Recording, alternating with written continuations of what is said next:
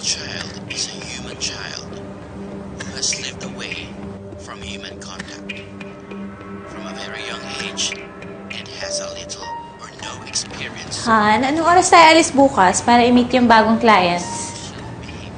And crucially, of human language, feral Han, children are I'm confined asking you something. Yes. Ano bang pinagkakaabalahan mo? Hindi ito. Nanood ako isang documentary tungkol sa isang batang inabandona ng mga magulang niya. Tapos, naging feral child. Parang yung batang yan, nilayo sa mga magulang niya. Tapos sinaktan at pinalupitan ng taong kumukup sa kanya. Parang sakit na isipin bilang magulang na gano'n na nangyayari sa mga anak niya. Alam mo, hindi nakakabuti sa'yo yung nanonood ng mga ganyan. Oh.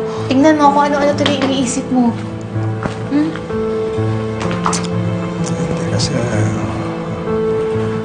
alam mo, hindi ko madalas banggitin yung anak ko. Pero, paano kaya kung ibigay sa akin pagkakataon na makasama siya uli? Na makita ko siya. Gusto ko pa rin makapiling yung anak ko.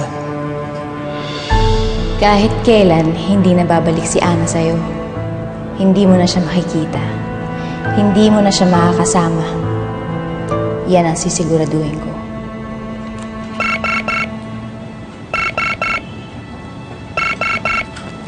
Hello. Sige. Order ni Mrs. Tanya na. Ikaw na bahala dyan. Alright. Thank you.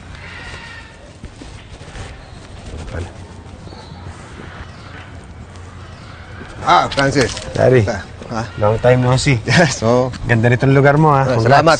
Hindi ka nakapunta na opening, eh. Pasensya ka na. I'm sure nasabi sa'yo ni Glenda, very busy ako dahil nga kay Angela. Siya yung bagong kaso ko, eh.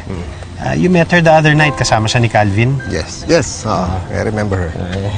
Hindi na ako magpapaligoy-ligoy pa. Andito ako dahil nga dun sa favor na hinihingi ko sa'yo. Yung tinawag ko sa'yo ng isang araw. Walang problema doon. Malita bagay. Salamat. Oh, Angela, saan ka pupunta? Kaya mo enjoy niya yung garden. Sige lang, ikot ka lang.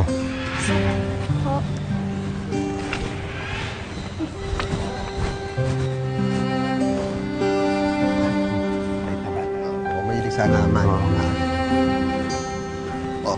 Gusto yung business natin. Okay naman, ayos lang.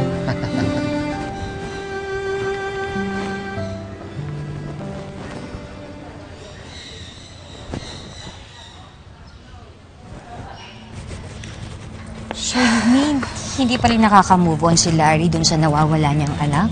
It's like how many years? Sa tingin mo, makikita pa ba niya yun? Ayun na nga si Larry.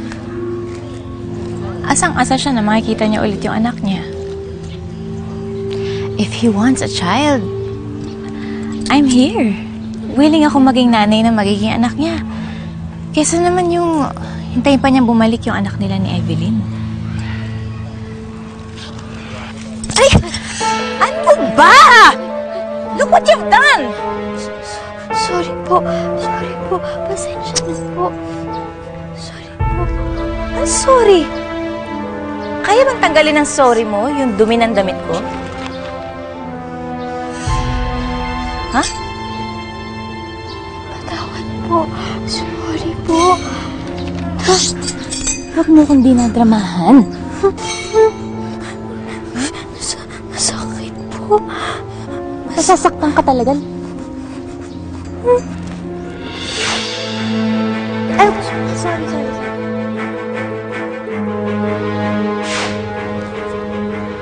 Ikaw yung babaeng nangguli dito na isang gabi, no? Eh, ba't nandito ka na naman? Baliw ka, no?